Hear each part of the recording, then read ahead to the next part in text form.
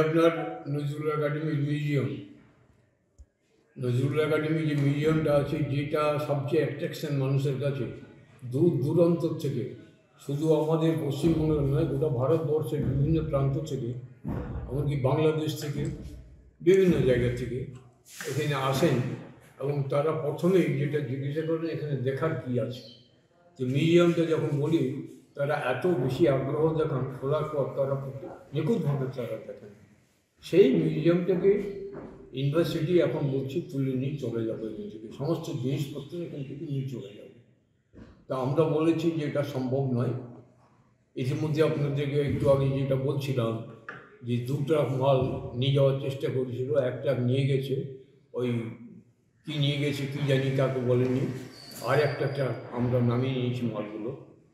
এখন কথা হচ্ছে যে এইটা যদি চলে যায় তাহলে এই যে অ্যাট্রাকশন একটা নজরুল একাডেমিকে দেখার জন্য, কবি জন্মভূমিকে দেখার জন্য, কিন্তু আর আমার মনে হয় যে এটা কিছু থাকবে না।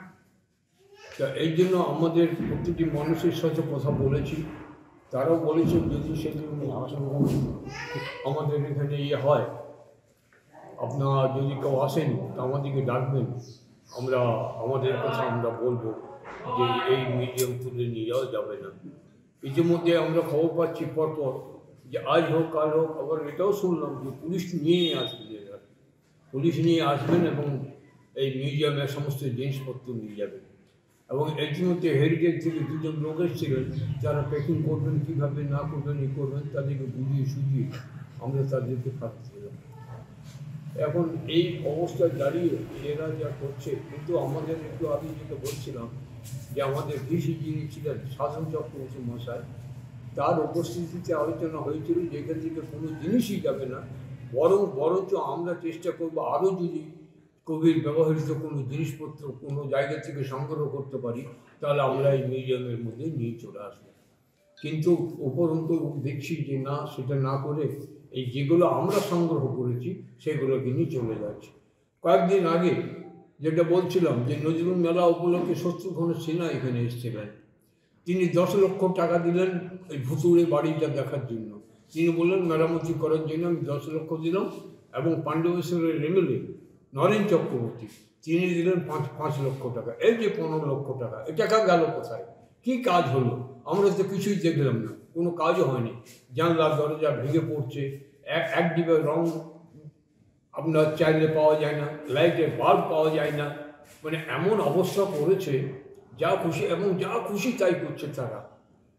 আর কে যে ওদের মাথা ছাতা আমরা কিছু বুঝছি না। রেজিস্ট্রার বললে বলছে আমি জানি না, কন্ট্রোলারকে বললে বলছেন আমি জানি না, তো জানেনটা কি?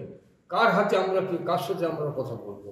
এই অবস্থায় দাঁড়িয়ে আজকে আমরা মানুষকে আমরা মতামত আমরা নিচ্ছি, এবং যাতে করে এই মিউজিয়ামটা বা একাডেমির কোনো জিনিসপত্র যাতে ইউনিভার্সিটিতে না যায়, তার জন্য আজকে আমরা আপনাদের ডেকেছি। আপনারা এটা বলুন, মানুষকে আপনারা একটু ইয়ে করুন, সহযোগিতা করুন আমাদের। এইটা চলে গেলে এইটা অন্ধকার, এখানটা অন্ধকার হয়ে যাবে, আর মানুষজন কেউ আসবে না।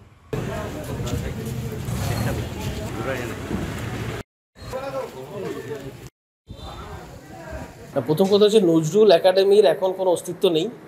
নজরুল একাডেমির যে জিনিসগুলো ছিল, বাড়ি বা মিউজিয়াম যা ছিল, সেগুলো এখন ইউনিভার্সিটির সম্পত্তি। এবার আপনারা জানেন যে চুরুলিয়া অনেকদিন ধরেই অবহেলিত ছিল। আমরা আমাদের পশ্চিমবঙ্গ সরকারের উদ্যোগে এবং আমাদের মাননীয় মুখ্যমন্ত্রীর উদ্যোগে আমাদের ওখানকার একটা রিনোভেশনের কাজ চলছে, এবং অলরেডি এটার জন্য প্রায় 1.5 কোটি টাকা স্যাংশন হয়েছে, এবং আমাদের পশ্চিমবঙ্গ সরকারের ট্যুরিজম ডিপার্টমেন্ট এই পুরো ডেভেলপমেন্টটা করছে। এবং চুরুলিয়া একদিন অবহেলিত হওয়ার পর এটা চুরুলিয়াবাসীর কাছে একটা বড় সুযোগ ছিল যে চুরুলিয়াকে আবার বিশ্বমানের জায়গায় তুলে নিয়ে যাওয়ার জন্য। এর সাথে সাথে আমরা জানেন যে প্রমিলা মঞ্চ ওখানে আছে, প্রমিলা মঞ্চের অলরেডি ডেভেলপ হয়ে গেছে, এবং এখন যেটা বাকি রয়েছে আমাদের মিউজিয়াম এবং কবির যেটা বাস্তুভিটে, তো এগুলো আস্তে আস্তে আমাদের রিইনোভেশন হবে। এর মধ্যে মিউজিয়ামে যে কবির আমাদের বিভিন্ন পাণ্ডুলিপি এবং ব্যবহৃত জিনিসপত্র রয়েছে, সেগুলো সংরক্ষণ করা এবং সেগুলোকে সুরক্ষিত রাখার জন্য আমাদের ওগুলোকে এখান থেকে বিশ্ববিদ্যালয়ে নিয়ে আসতে হচ্ছে। তার একটাই কারণ ওখানকার মডিফিকেশন এবং রিনোভেশনের কাজটা হবে।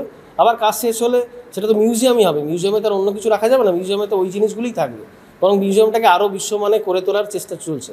সেগুলোকে আবার নিয়ে আসা যাবে, বা সেগুলো আর্কিটেক্ট যারা ডিজাইন করেছেন বা মিউজিয়াম এক্সপার্ট যারা আছেন তারা দেখবেন যে আরও কীভাবে ভালো করে করা যায়।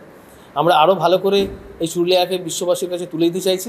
আমরা রিসেন্টলি জানেন যে আমরা ইউকে থেকে, আমাদের ইউকে ডিজিটাল লাইব্রেরি থেকে একটা প্রজেক্ট পেয়েছিলাম। সেখান থেকে আমাদের যে পাণ্ডুলিপিগুলো রয়েছে সেগুলো ডিজিটাইজড হয়ে আমাদের সেই ডিজিটাল লাইব্রেরির এতে রয়েছে, ওয়েবসাইটে রয়েছে, এবং সারা বিশ্বের লোক এটা দেখতে পাচ্ছে।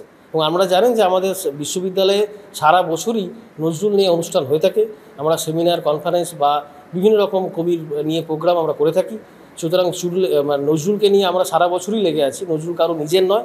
এখন কিছু জন যারা বলতে চাইছে, আমার যেটা মনে হয় তারা সম্পূর্ণ তাদের ফ্যামিলির একটা পরিচয় দিয়ে নিজেদের এই জিনিসগুলোকে কুক্ষিগত করে রাখার জন্য চাইছে।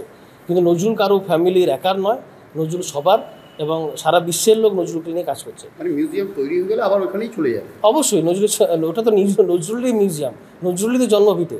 আমরা তো ওটার জন্যই উদ্যোগ হয়েছি। পশ্চিমবঙ্গ সরকার যেমন উদ্যোগ হয়েছে, আমরা তো উদ্যোগ হয়েছি।